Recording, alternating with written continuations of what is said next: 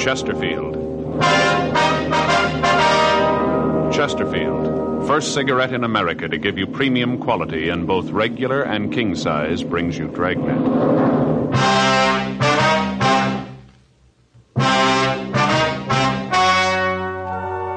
Ladies and gentlemen, the story you are about to hear is true. The names have been changed to protect the innocent.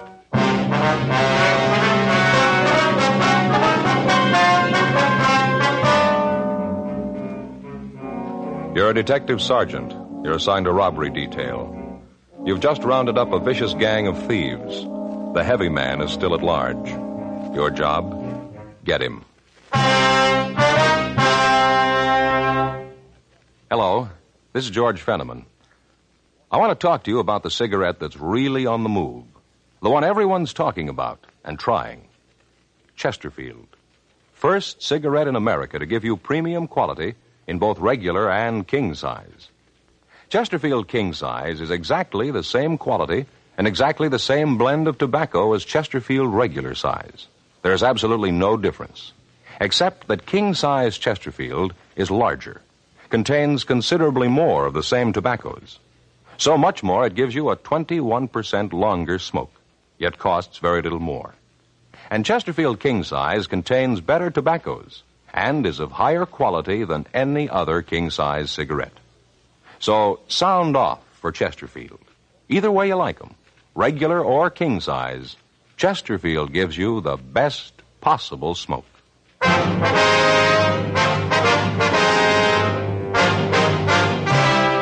Dragnet, the documented drama of an actual crime.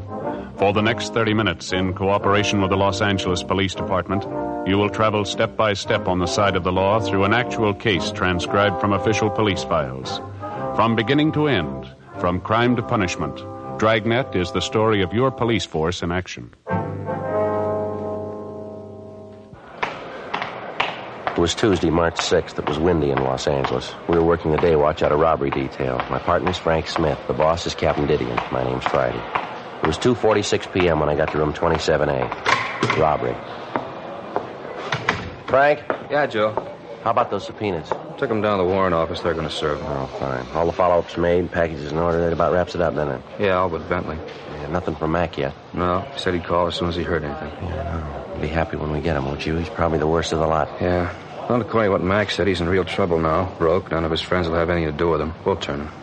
I don't think I'll ever understand a guy like Bentley. What makes a man want to beat somebody just for the sake of beating him? Figure that we'll have it made.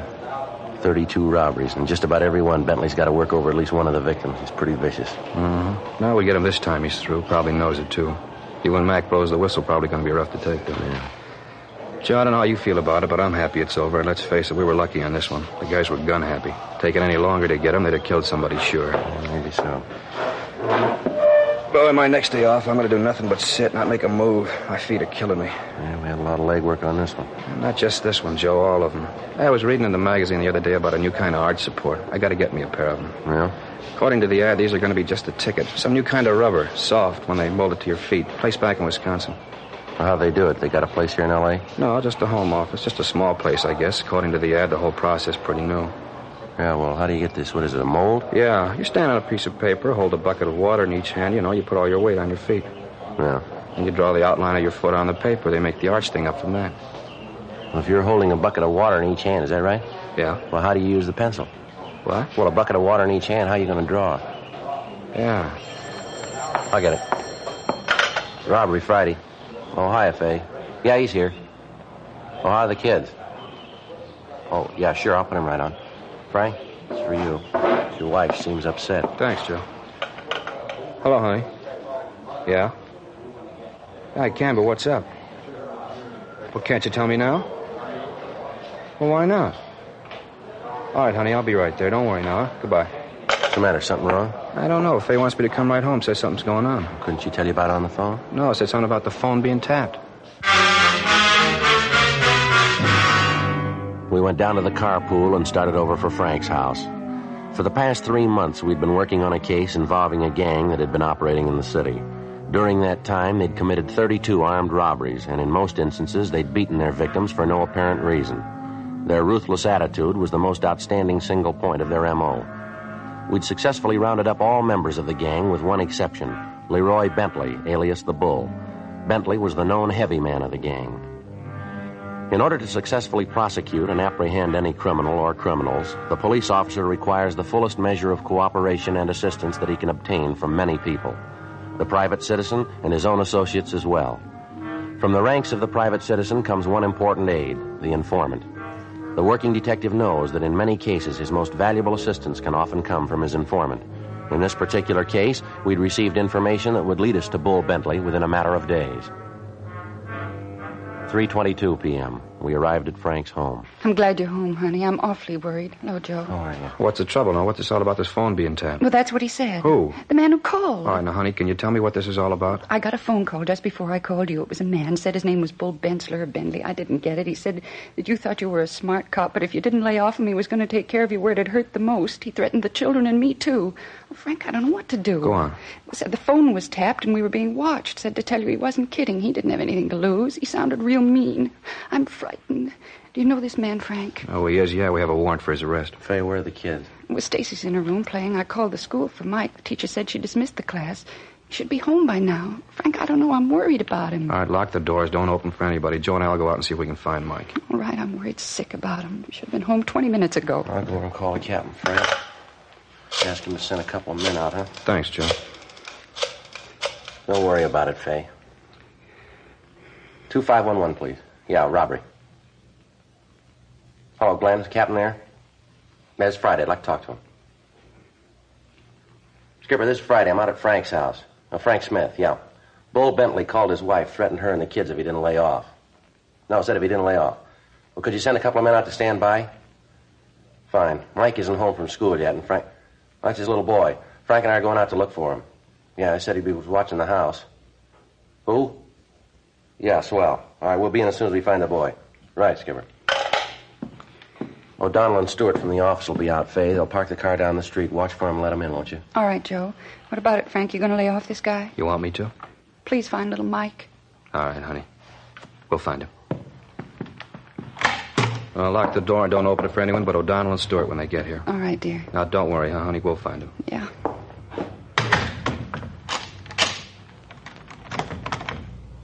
Let's go.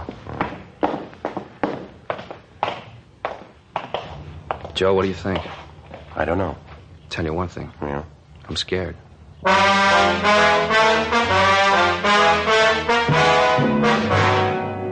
There are two types of criminals that can be counted on to be dangerous. The youngster who becomes easily panicked at the scene of a crime, and the older criminal who will do anything rather than go back to the penitentiary. Bull Bentley was one of these. We knew that he was more than capable of carrying out his threat. His record was one of armed robbery, vicious beatings, and kidnapping. At this particular time, he was wanted for murder in the state of Colorado. The average criminal will blame anyone but himself for his predicament, usually the police officer, and this was so in Bentley's case. He apparently thought that by getting us off his trail, he could go free. Frank and I searched the area around the house. We found his little boy in a vacant lot 2 blocks from school playing with a group of youngsters. We put him in the car and returned him to his home. Stewart and O'Donnell were at Frank's house and said they'd stay there until they were relieved. 4:36 p.m. Frank and I checked back into the office. Smith, Friday, in here. Right. Come on in. Find the boy? Yeah, Skipper, out playing with some of the kids in the neighborhood. All right. Now, what's this all about? Well, this bunch we just cleaned up? Yeah. Bull Bentley called Frank's wife and told her that if Frank didn't lay off of him, he was going to get to him through his family. What do you plan to do? Oh, no choice. Get him before he can do anything, I guess. Frank, Yeah, Skipper? you like to be taken off this assignment? No, it's a personal matter. It's up to you. Let's see that your house is covered when you're not home. You keeping the boy away from school? Yeah, Captain, until this thing's over. You got any ideas where you can pick Bentley up? Well, we've covered all the places he's known to hang out. Want any help? No, not right now. Just find him fast. Well, you know he's in town. Figure he's going to stay here? Well, we don't think he's got much choice. We figure he's broke, he's hot. None of his friends will take a chance on putting him up. He's going to need money. Better cover the bus depots, train depots, alert the airport detail. Get a couple of 100 mugs printed up on him, distribute them to the beat men and radio cars. Contact Captain Hamilton, the intelligence. He might be able to come up with something. Our informant said he could turn Bentley for us in a week. A week's a long time, Joe. I know. You've covered all his hangouts. All of them. Nobody's seen him in a couple of days. Just seemed to drop out of sight. Big town, a lot of people. Sometimes you don't realize how big till you start looking for one man. Yeah. Want to get in touch with the boys in the press room, give them the story, see if they'll carry Bull's picture. See Jack Ricketts, he'll put the picture on Suspects Wanted. We'll get started on it right now. You got a silent number, haven't you, Frank? Yeah, it's unlisted. How'd Bentley get it? It had to come from somewhere. Joe and I were talking about that. You know pretty much who we can give the numbers out to. About the only one we can figure that'd be in a position to give it to Bentley is Harry McLeod. Your informant? Yeah. How long since you've heard from this McLeod? A couple of days. Figure maybe he'd cross you, throw in with Bentley? It's possible. I don't think so, though. He's leveled with us so far. Number had to come from someplace. Yeah, well, it sure makes it look like McLeod, doesn't it? I don't think Mac would give the number away on his own. Bull could get it. We got 32 people to prove it. Well, we better get on this thing. Come on, Frank. Right. Check you later, Skipper. Joe, I don't know what I'm going to do. Well, don't worry. We'll get to him. No, I mean this two-bit thief calling Faye, threatening her. Try to take it easy. I know how you feel. Why me, Joe? Bull Bentley's brushed up against 100 different cops in his day. Why me? Law of averages, I guess. You were handy. I knew just what to do. Well, Skipper gave you a choice. If you'd like to go home, nobody'd blame you. You don't know what it is, Joe. You don't have a family. Something like this can split you in two. Half of you wants to be on the job. The other half is pulling you toward home. Joe, if that cheap punk steps to my front porch, I'm going to lean on him hard. Now, look, Frank, this isn't going to get us anyplace. Let's get over to the photo lab and get this thing moving, huh? I could just figure it. 4,000 guys in the department, and Bentley has to pick me. Joe, why me? All right, look, Frank. I could try to spell it for you 100 ways, and we still wouldn't come out with any kind of a total. I know what you must be going through, and I'm sorry it's got to be you. I'm sorry it has to be any cop. You're right about me not having a family, but it's squeezing me just as hard as it is you. You and I both knew when we filled out those application blanks what we were taking on. It's the job, Frank. Maybe I never told you before. Maybe you've been through this, too. I don't know. There isn't a day goes by that I'm on the job here that I don't run into something that breaks my heart.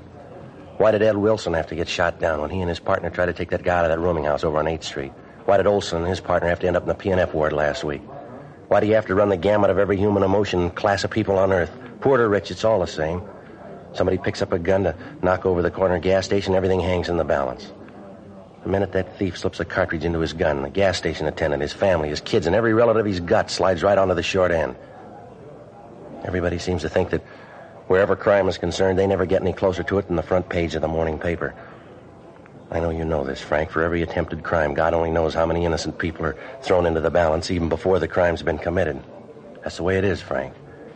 I'm not trying to tell you anything you don't know, but the minute you passed that exam, you had to make book that something like this could contaminate you just as surely as if you weren't a cop. I guess it's almost a legacy. Nobody's found a vaccine for crime. Nobody's immune. And it's worse with you and me because we know better than to think we can't be touched. We know we can. We invite it every time we roll on a call, every time we pick somebody up, every time a guy gets out of line. It's the job, Frank. I didn't mean to give you an academy lecture, but if it's any comfort, I'm with you. I know just how you feel, and so do 4,000 other guys right down here. Yeah. I guess maybe we better get moving, huh? Yeah, come on. We took the mugshot of Bentley to the photo lab and asked them to run off 200 copies. We checked with the reporters in the press room, and they promised us full cooperation. Jack Ricketts told us that he'd put the picture on the air the next day. Frank called home and found that there'd been no further calls from Bentley. 6:17 p.m. We started to look for Harry McLeod, our informant. We checked his hotel, but the clerk told us he hadn't been in all afternoon. We started checking his known hangouts. In fear of burning McLeod, we were unable to ask for him by name, which made it necessary for us to canvass each individual place. 9:28 p.m. We located McLeod in a small bar that was known to be frequented by thieves. We walked over to the bar and sat down next to him. We ordered a drink. At the first opportunity, without arousing suspicion, we told McLeod we wanted to talk to him and that we'd meet him down the street, 2 blocks west. We left the bar, got in the car, and drove to the meeting place. 20 minutes later, McLeod arrived, got in the back seat, and we drove away. Want to get the radio, Joe? Yeah. What's the matter with you guys? I told you I'd get in touch with you and I had something for you. You trying to get me burned? Take it easy, Mac. Just a couple of things we want to know. Well, I'm on your side. You guys know that. I've always leveled with you, haven't I? Yeah. Well, then what's this bit? You walk into that joint, you know what goes on in there, and you pull me out. Good chance somebody could have seen you, you know. Yeah, we know, Mac. Have you seen Bentley? No, I told you I'd let you know when I turned him. Now, don't snow us, Mac. This is important. Have you seen him? If I saw him, I'd have called you. You know that, don't you? I'd have called you guys. I told you once I'd finger him for you. I haven't called. I haven't seen him. It's that simple. What's the big rush about getting Bentley, anyway? He ain't going nowhere. Now, look, Mac, we got a personal interest in this thing. This isn't just robbery. Bull's been calling Frank's wife, saying he was going to kill her and the kids. You know he'd do it. Now, how about it? I didn't know it was like that. Bull's mean enough to do it, Well, that's how it is. Now, I'll ask you once more. Have you seen him? Yeah. When? Day before yesterday, Sunday morning. Saw him down Marty's. How come you didn't call us? I couldn't, honest, I couldn't. He came in and asked me for some dough. I told him I didn't have any. I tried to stall him till I could get to a phone. Yeah? Didn't work. He wouldn't wait. Got mad when I couldn't help him out. You say anything about a meet? Just said he'd get in touch with me. Yeah. He was real sore when I couldn't let him have any dough, but I told him, I said, look, Bull, you know I want to help, but I just haven't got it. That's what I said. Yeah? Wasn't kidding either. Things been pretty rough. Say, you guys couldn't see your way clear, could you? Sawbuck to tide me over, huh? Well, you got me at the wrong time, Mac. I'm tapped. Well, how about you, Smith?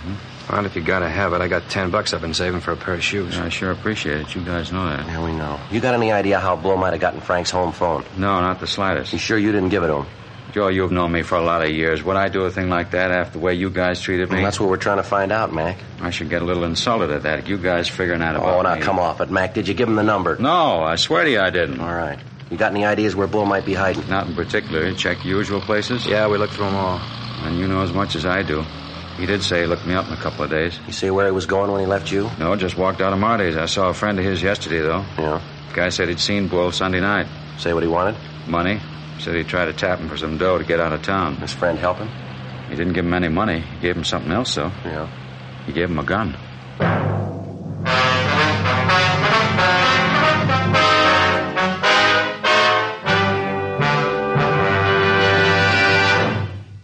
You are listening to Dragnet, authentic stories of your police force in action.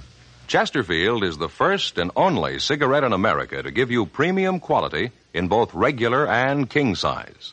Just as Chesterfield is the first and only cigarette to tell you what it's made of. Yes, Chesterfield names all its ingredients, so you'll know what gives you the best possible smoke. The world's best tobaccos, pre-tested by laboratory instruments for the most desirable smoking qualities. Pure, costly moistening agents, costly glycerol and pure sugars which are natural to tobacco, and cigarette paper of the highest purity, the best that money can buy. That's what's in your Chesterfield. Ingredients that give you the best possible smoke. Much milder, with an extraordinarily good taste, and, as confirmed by a well-known research organization, no unpleasant aftertaste. So sound off for Chesterfield. Either way you like 'em, regular or king size, Chesterfield gives you the best possible smoke.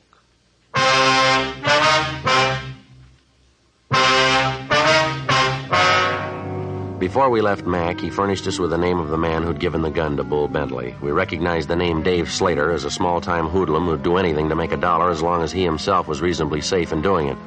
Mac told us of several places where we might find him. The most likely place was a pool room on North Main Street. Slater had numerous arrests, most of them for being drunk and for acting as a lookout for gambling games. He was a type of thief that can be found in every large city, always on the fringe of criminal operations but never directly involved in the crime itself. We checked several of the places Mac told us about, but we couldn't come up with Slater. We checked the pool room. The manager was evasive and at first appeared reluctant to talk. We informed him that we knew Slater would be back and that we'd wait for him. The manager asked us to come to the back room with him. He told us that Slater had said that he was going down to the all-night hamburger stand on the corner to get something to eat. We found Slater sitting at the counter. Call it a thing a hamburger, all I can see is a bun. I'd be ashamed to sell a thing like this lousy deal, 35 cents for nothing. Slater? Yeah, well, something you want? Police officer, Slater. We want to talk to you. What about? Bull Bentley. Bentley? Never heard of him. We got information you do know him pretty well. Yeah? You tell your pigeon he's lying. I never heard of the guy. Now, let me finish eating. We want to talk to you, Slater. You want to make it here, or would you rather go downtown? Can't you see I'm eating? Now, let me finish, huh? I got nothing to tell you. I don't know any Bull Bentley. Now, lay off, huh? Come on, you can think better than an empty stomach, Slater. Let's go. Frank and I took Slater out of the restaurant and put him in the car. Once he was in custody, his attitude changed completely. He said he wanted to help us, but that he didn't know Bull Bentley. 10:44. We got back to the city hall. I want to stop by the office, Joe. Call home. All right, I'll be in the interrogation room. You tell us, Skipper. Yeah. In here, Slater. Yeah. Sit down. Sure.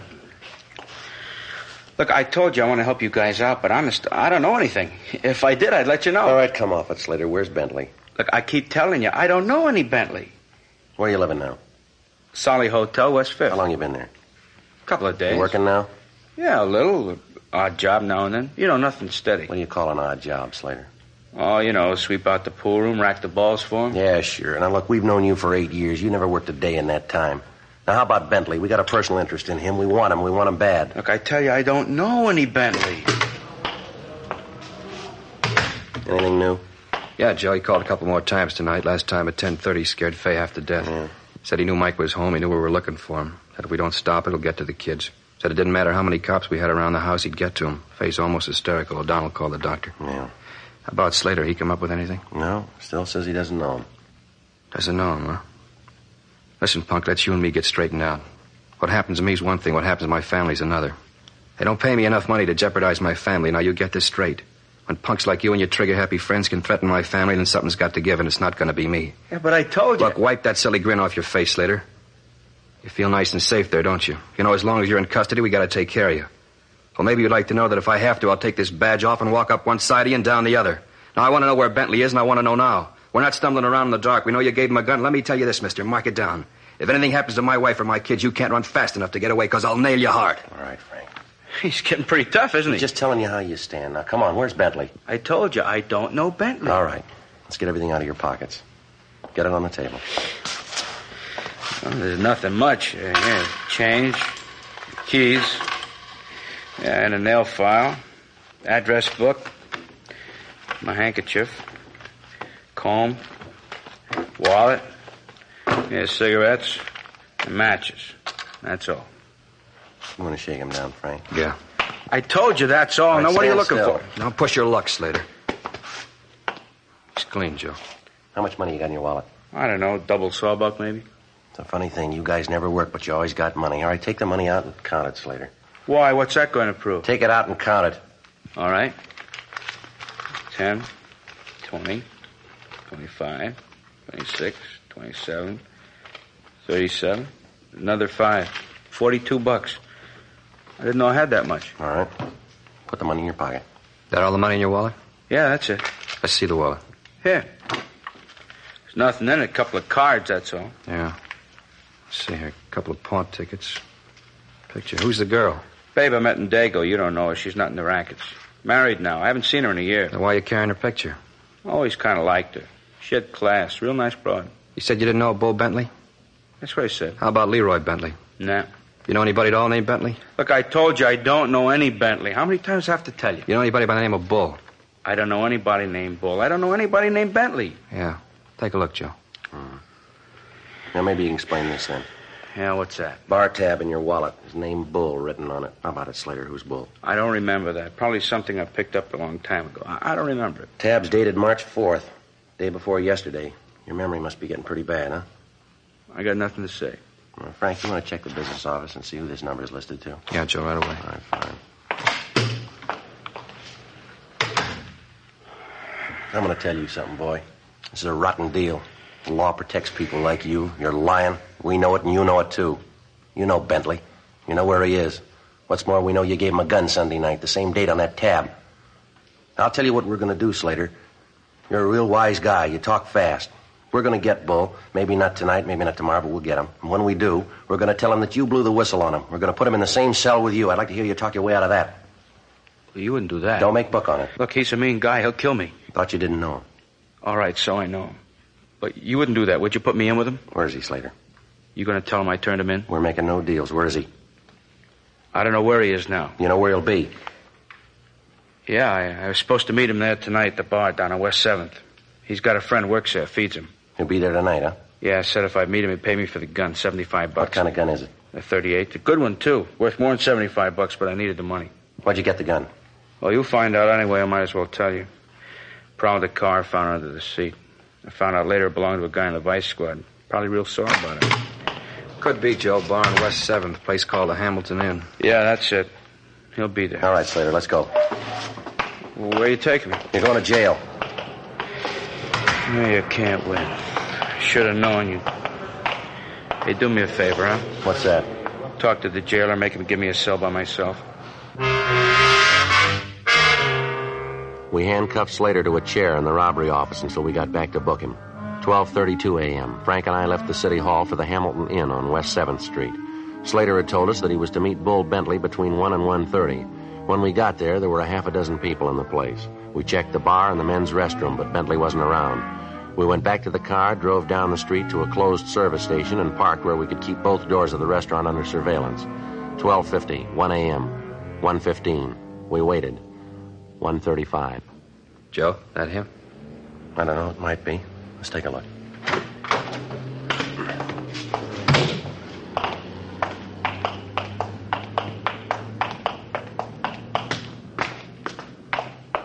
All right, you want to take the side door? I'll try the front. Right. All right.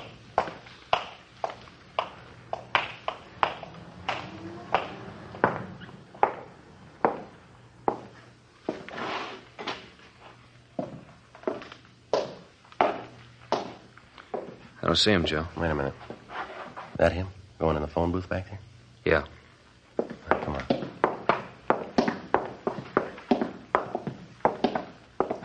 I'll get him. Bentley. Yeah? Watch it, Joe!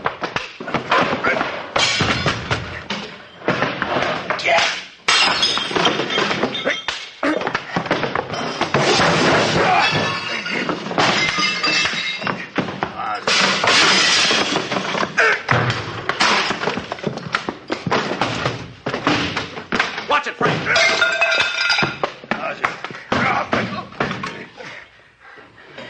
All right, Frank. I'll shake him down. Who told you? Who blew the whistle? That bum McLeod, it was him. He was the only one who knew. He give you my telephone number? Yeah, he did. And he runs to you and cops out.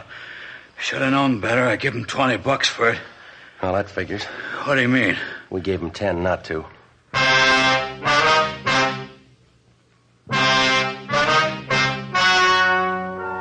The story you have just heard was true. The names were changed to protect the innocent. On June 12th, the hearing was held in the district attorney's office. In a moment, the results of that hearing. Now, here is our star, Jack Webb. Thank you, George Fenneman. Friends, I'd like to talk to you about something that's important to every one of you. Now, for the first time, you can get a premium quality cigarette in either regular or king size. Of course, that's Chesterfield.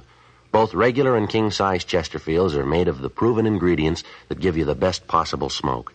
Both are much milder, with an extraordinarily good taste and no unpleasant aftertaste. Yes, there's no difference between the two, except king-size Chesterfield is larger, contains so much more of the same tobaccos, it gives you a 21% longer smoke, yet it costs very little more. So remember, either way you like 'em, regular or king-size, Chesterfield gives you the best possible smoke.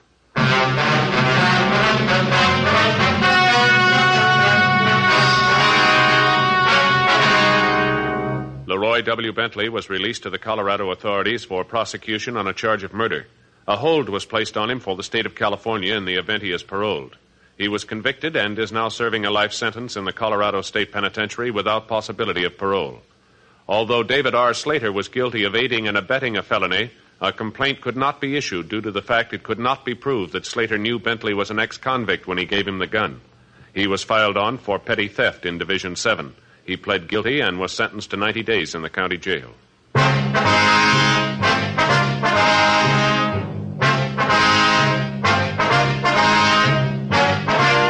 You have just heard Dragnet, a series of authentic cases from official files.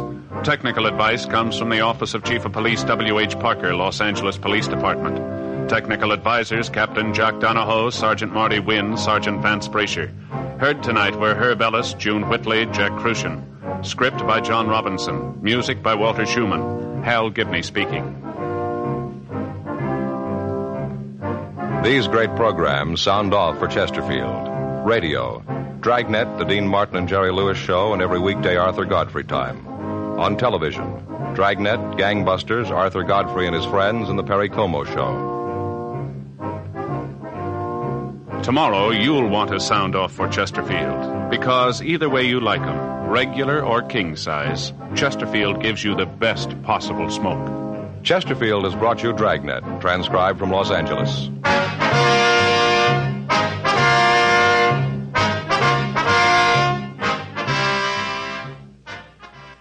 This is NBC, the national broadcasting company.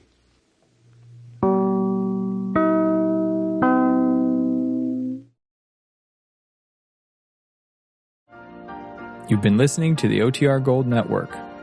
Find more classic radio at otrgold.com.